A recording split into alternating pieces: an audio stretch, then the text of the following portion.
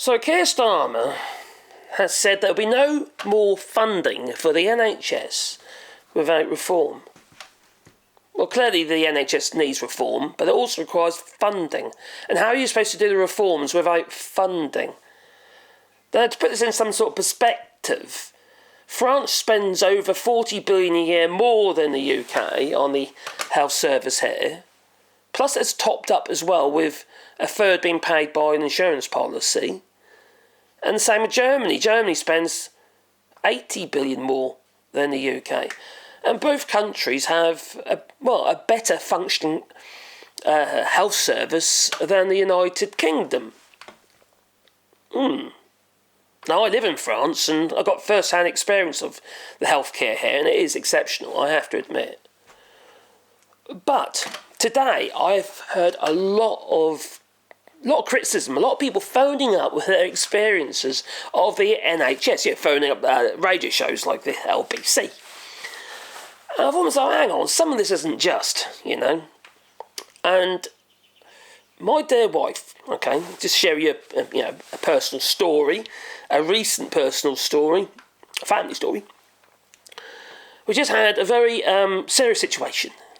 And my father-in-law, who's 84 years old, he had a heart attack about 4 days ago. And mother-in-law, she didn't tell anybody. He had it at night time. So he went to the hospital on his own, and she stayed at home and looked after the dog. But that's the comical side of it. It just seemed a bit odd. But anyway, the ambulance turned up in 8 minutes. Pretty darn quick. And mother-in-law finally told Caroline and the rest of the family in the morning that he had a heart attack. Anyway, Caroline wasn't too happy about that, obviously, but she didn't give a hard time. Obviously, she's a bit. She had to put it. She's a bit displaced at the moment because she doesn't know what's going on. And they're old, And anyway, he's supposed to have the operation that morning. Basically they have a look, so what's going on. They're going to go through the artery and what have you, and have a look, sort of microsurgery type thing, and but they didn't. It got cancelled because there was another emergency, and he was stable, but he wasn't allowed to get out of bed or anything. He wasn't allowed to move, or that he had to stay in bed. This is Norfolk Norwich Hospital, University Hospital in Norwich, and he's supposed to have it the following morning. Didn't happen, but then he finally had the operation. It's because emergency again, and they get him all prepped up, got him into the room, and then sent him back on the ward again. Anyway, he did have the operation yesterday. They installed 2 stents, one either side of the heart, and one of the big arteries. I don't know which one it is, aorta or something. I don't know. And he's doing really, really well. He's 84 years old now. He's doing really well, and there's possibly he might even come home today. I thought, blimey now. I know it's not open surgery and stuff like that, but I would have thought they'd want to monitor him. Whether it's they want to free up the bed, I don't know. But, it'll be today or tomorrow anyway, he'll be coming home. So there are, regarding obviously emergencies and what have you, the NHS is brilliant. Maybe we are treating stuff that shouldn't necessarily be taking any kind of priority, maybe that there are other things that should take priority. We know, obviously, life and death situations, which obviously a heart attack is obviously very, very important to be treated quickly. But I think he got treated reasonably well, right? And the outcome seems to be pretty darn good. And like Caroline, she's and the rest of the family, they were a bit distraught, obviously, but they're okay now. Because he's had the operation, and it was only a stent. I say only a stent. It wasn't like open heart surgery and then bypasses and stuff like that. So he was okay. So and in the past we've had really positive experiences with the NHS, but that was several years ago. A lot has happened since we were in the UK. We've been here in France 14 years now, so it's, a lot has changed.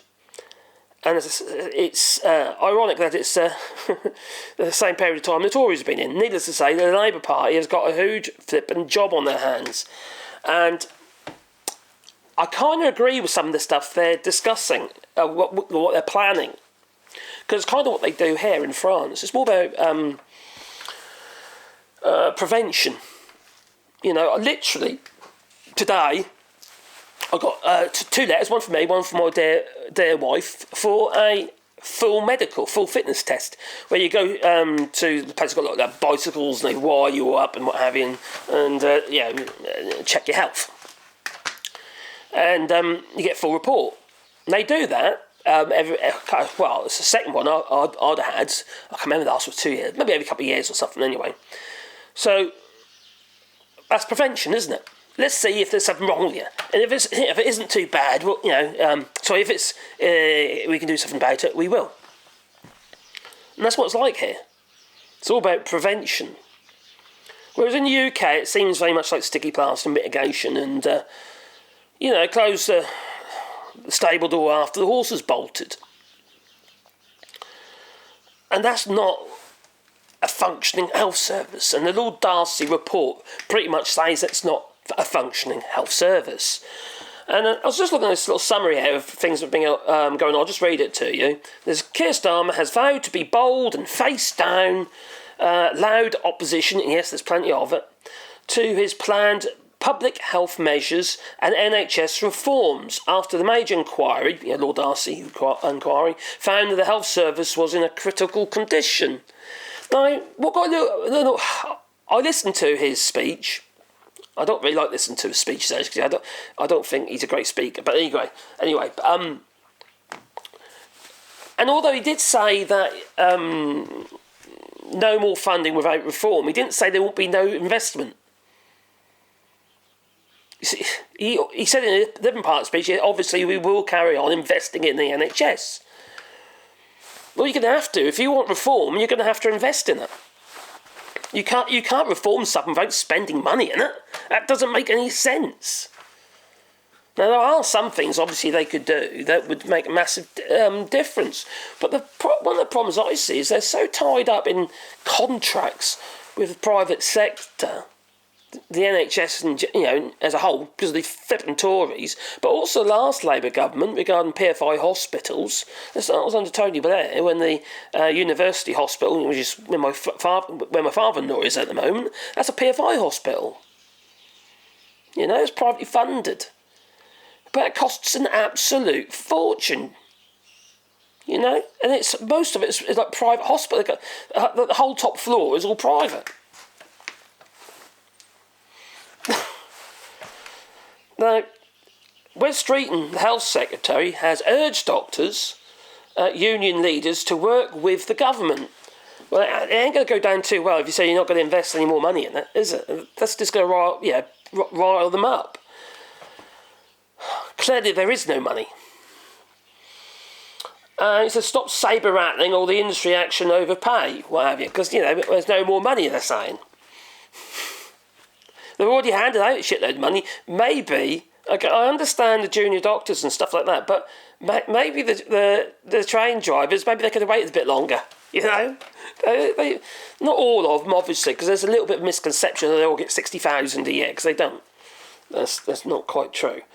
And now they're talking about banning junk food TV advertisements. But, that's something they could do pretty... Okay, a lot of companies have already spent their money regarding their advertising budget, but why has it got to wait until October? Most people's budgets are April to April. Why couldn't they, start the ban in early September? Early, June, for argument's sake. Sometime after the end of the tax year. It's just ridiculous. Yeah, junk food TV advertisements are to be banned from airing before 9 p.m. watershed. And what are you going to declare as junk food? How are you going to declare it as junk food? Because there are some natural foods that are actually junk. They're very bad for you. Palm oil, for instance. So anyway, the government's drive to improve public health. Obviously, we need to improve public health. You can't have a working economy unless you invest in your healthcare. It just doesn't work. It just doesn't. You know, you've got a lot of people at the moment currently not in work because they can't actually go to work because they're, well, basically a lot of them are claiming for some form of disability at the moment or sick pay. Well, not disability because it takes too long. PIP's pay, that would be there, would it? No, it's PIP's sick pay then, which is a pathetic amount of money, unless the actual workplace has a decent scheme. People can't manage on that. So I agree something has to be done, and yes, we do need to get rid of all, not get rid of, but we need to encourage people to eat healthier. Maybe encourage people to start growing food, for instance, as well. I think that might be a blooming good idea. Get people to enjoy food again. You know, Caroline's gone back to the UK. She can't believe how bad the food is. But there again, we grow all our food. All our stuff is fresh. Even the stuff that we jar up from the previous years tastes better than what we can get in the UK at the moment. You know, there's like tomatoes with thick skins and stuff like that. It's horrible. Watery tomatoes, a bit better at the moment because you're in season. But, you know, we need to... My daughter, she was over there 2 weeks ago, right? She's brought the grandchildren over, and she couldn't believe how different the food tasted. It had flavour. You know? That means it's healthy food. It means it's as it should be, and we need the nutrients in our diet, and... to me, it seems madness, and... that we don't actually just look back to our forebears and that and see how they did things. And because quite frankly, we've gone the wrong way. And it's ever since the supermarkets have got a hold. Didn't always have supermarkets, did we? You know, if we're going to improve the nation's health, it wasn't such a commercial prospect. There was the farming, that's commercial. But they produce the products. You know, the raw ingredients. They grew the spuds. They didn't mash them and make them into, I don't know, cottage pie and stick it in a foil tray in a packet, did they? No. And add a whole load of other ingredients so it tastes a little bit better because I've used mediocre ingredients. We need to be... I seriously think we need to start opening our eyes and literally look back to how we used to do things. And it can be fun. I know it's hard work and what have you, but also it can be a culture of share, barter and what have you. You know, we do it here. You know, we've got our French friends and stuff. They grow certain things and we grow certain things. And we share, you know. Some things I'm good at growing, some things I'm terrible at growing, you know, and vice versa. Or my soil might be different to theirs or whatever. Unfortunately, many properties, many homes these days are being built without any gardens. So many people haven't got a choice. I think it's a bit sad, really. I think really, not to sound a bit old-fashioned and what have you, and I think we have took the wrong turn somewhere. I really do. It's not progress when you're more dependent on corporations, is it? I think it's progress when you have independence. Unfortunately, we've lost independence. Anyway, I better phone the missus up and see how the father-in-law's doing. Toodaloo. Anyway, I would like to know what you think and what your experiences are. Please leave in the comments down below. I can't always respond, but other people might do. And please beat the old like button and what have you. And I do read the comments, by the way. Oh, crikey, getting worms out here. Boot the old like button and subscribe with the bell icon if you want, you know, and then you'll get a warm fuzzy feeling in your pocket every time I upload another video. Anyway, it's time for me to go, because I better phone the missus, you know. Toodaloo.